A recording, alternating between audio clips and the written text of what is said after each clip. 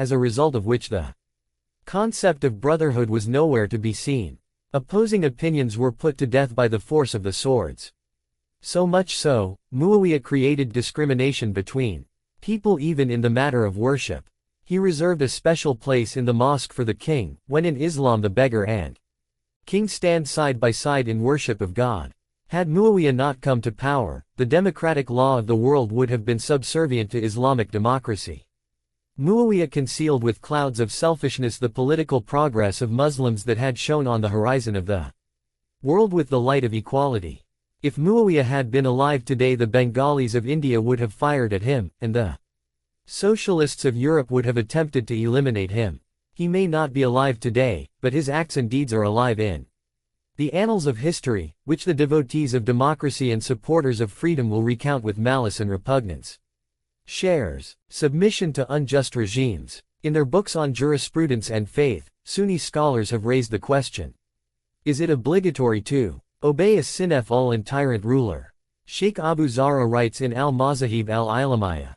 Ibn Hanbal, Shafi'i and Malik say, one should be patient in facing the injustice of rulers. At the end of Qazi Abdur Rahman Aji's 1 al-Mawaqif, Part 8 and Sa'id Sharif Jurjani's Tushar Mawaqif, it is stated, the Murji'a 3 believe that if a person has perfect faith, his sins cannot cause any harm to him, and if he is a disbeliever, his good deeds would bring him no profit. Another group believes that faith means belief in Allah, humility before Him and sincere love for Him.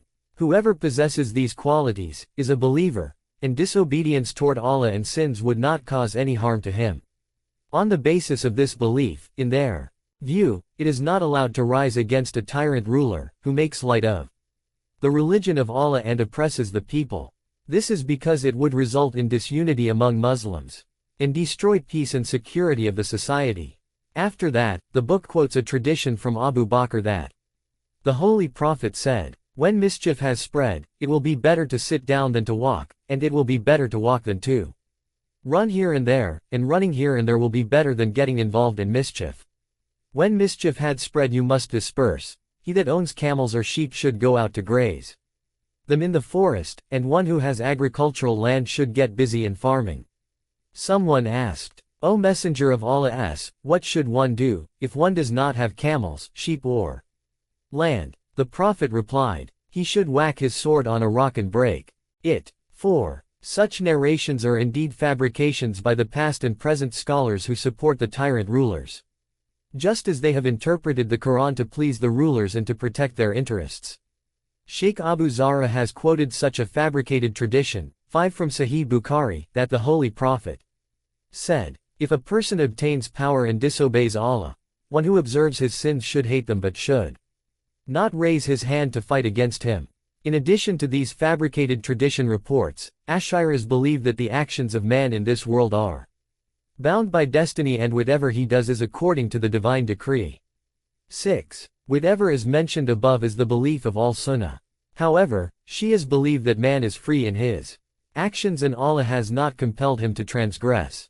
Man is answerable for his own deeds. Caliphate is a divine right vested in Ali, descendants of Ali, and their representatives. Shias have been indulgent to just rulers and have cooperated with them. They say that a just infidel ruler is better than a Muslim ruler who commits injustice.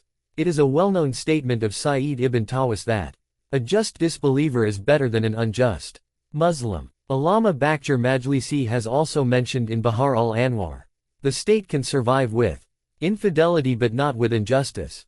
Sharif Razi, the compiler of Naj al-Balagha, has said about Umar ibn Abd al-Aziz, if it is agreed that people should weep for Bani Umayyah, one would shed tears for you. 7. Imam Muhammad al-Baqir says, one who obeys the sinners is faithless.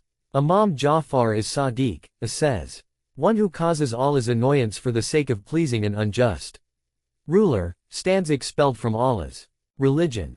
Imam Ali has said, it is not allowed to disobey the Creator for the sake of obeying the creatures.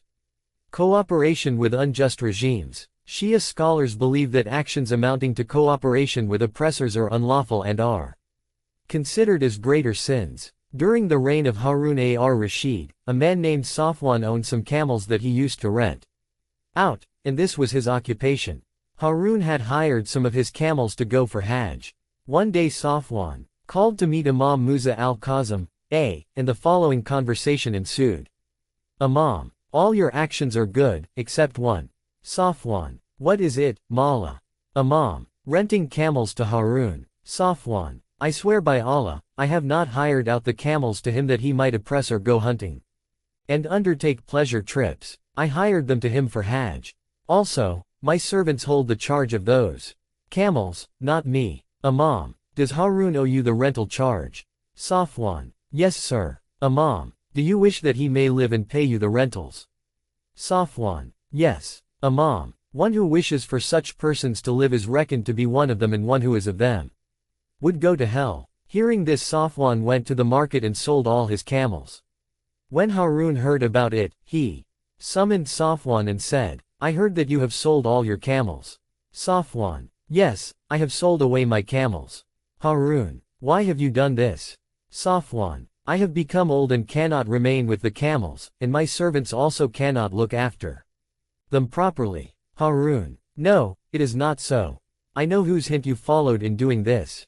Musa ibn Ja'far must have advised you to dispose the camels. Safwan, what have I to do with Musa ibn Ja'far? Harun said, leave it, but for the good friendship between us, I would have killed you. Letter by Imam Ja'far as Sadiq to Mansur. Mansur wrote to Imam Ja'far as Sadiq, why you don, come and see me like other people. Imam wrote in reply, I do not possess anything about which I fear that you will take it away, and you don't have anything that can be of use to me in the hereafter. Also, you are not blessed with anything for which I may congratulate you, and neither are you in such a suffering that I should offer you condolence. Mansur then wrote, come and advise me. Imam replied, one who desires the world will not advise you, and one who seeks the hereafter will not befriend you. Mansur said, by Allah, Abu Abdillah has clarified the position of the people to me and told me about the difference between the seekers of the world and seekers of the hereafter. Numerous events like this are found in history, which show why the Shia religious authorities of Najaf, al-Ashraf, Qom and other cities do not interfere in governmental affairs, and why they remain aloof from politicians. Their style also shows that they have inherited this line of action from the purified Imams. Participation in governmental affairs. Some Shia scholars have ruled that it is unlawful to participate in governmental affairs. It is only allowed to take part in matters that are in the interest of the believers, and those that are intended to save them from injustice. Apart from these, it is unlawful to participate in any affair of the government, even though it may only be partial. In fact, the Shia jurists have also expressed views regarding the conduct of tyrant rulers. For example, they have laid down justice as the condition for qualification as leader of Friday and congregational prayers, while most rulers of Islamic states have led these prayers. And it is essential, if the people are aware that the person leading the prayer is a sinner and oppressor, their prayers behind him would be invalid. This condition of justice shows that the criteria for absolute leadership are not confined to merely honesty and sincerity. It is also necessary for the leader to be just. Shia jurists have also ruled that singing and dancing, playing musical instruments, sportive hunting and revelries are unlawful, even though the rulers themselves have indulged in these acts and provided facilities for people. These were clearly opposed to the verdict of jurists and proves the sinfulness of the rulers. It shows that the origin of Shia faith is based on opposition against corruption and injustice. Hence, if a ruler takes steps to destroy the Shias, it is not something new. All despotic regimes have acted in this way. Oppressive and pseudo-religious regimes. Oppressive and tyrannical regimes plunder the property of the people, persecute free people, and play with their lives. In this atmosphere of injustice, they select unscrupulous mullahs, clerics who